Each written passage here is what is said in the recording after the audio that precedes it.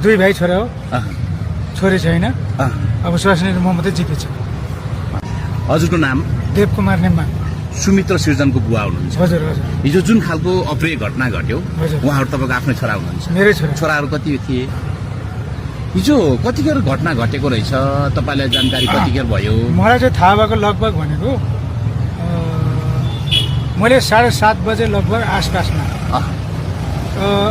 छोरासँगको साथीलाई एउटा कल गरेको थिएँ होइन, सँगै उनीहरूको ग्रुपमा। उसले चाहिँ म आधा घन्टा भनेपछि हामी घर आउँदैछौँ, किनभने 7:30 बजी त्यो भने चाहिँ खाना पकाउनु तिमीले ढिलो गर्छ भनेर फोन गरेको थियो। त्यतिकै त तिमीहरू राति कहाँ घुम्दैछ भन्ने कुरा होइन, खाना पकाउने टाइम भइसक्यो, तिमीहरू छिडा हो भनेर चाहिँ फोन गरेको थियो। त्यो मेरो नम्बरमा सेभ छँदैछ अहिले पनि। अब यो कल डिटेलहरू सबै पुलिसै पाइहाल्छ। अब फेरि मेरो त सबै नेपाल गभर्मेन्टकै सिमहरू युज गर्छु म, प्राइभेट कम्पनीको युज प्राइभेट कम्पनी बुझ्नु भयो त एनसेलसेलले युज गरेँ। मेरो रजिस्टर्ड भएको नम्बरहरू छ होइन, तपाईँ अहिले म देखाउनु पनि सक्छु। त्यतिखेर लगभग त्यतिखेर त्यो समय मैले कल गरेको थिएँ। अब आधा घन्टा आउँछु भनेर भनेको थियो। अनि पछाडि चाहिँ त्यस पछाडि पनि मैले अब यहाँ मोबाइल हेर्दा थाहा हुन्छ है। अनि पछाडिबाट एकजना उनीहरूकै साथी भनौँ न आएर अनि यस्तो घटना भयो भनेर भन्यो। अनि घर आउँदाखेरि चाहिँ उसको अब यहाँ हस्पिटल आउँदा चाहिँ उनीहरू चाहिँ हस्पिटल पुग्नुभन्दा अलरेडी डेड भएको भनेर चाहिँ डक्टरले मरेको भयो। आँखा यसो हेर्दाखेरि हस्पिटल बिहान हस्पिटल पुग्दा अलरेडी डेड भइसकेको थियो।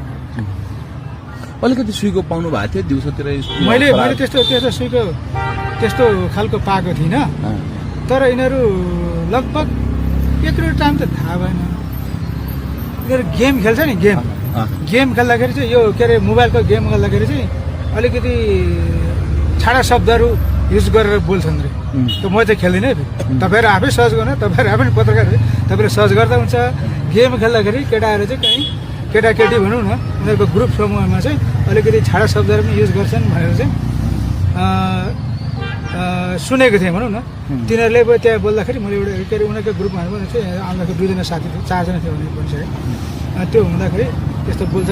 त्यतिखेर चाहिँ एउटा छोरी मान्छे महिला, अब यो त थाहा हुँदैन, उसले पनि बोलेको आवाज चाहिँ मैले सुनेको थिएँ। त्यो घरको घटना हो त्यो घरको, त्यो लगभग 2 दिन बजेको हुनसक्छ।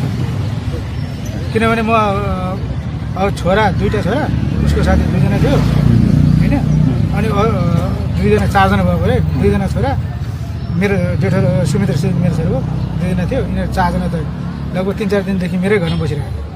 मेरो घरै इन्भर्टर भयो, झापा पनि फेरि मेरो घर घर यहीँ छ। मेरो यहाँ घर पनि छ उता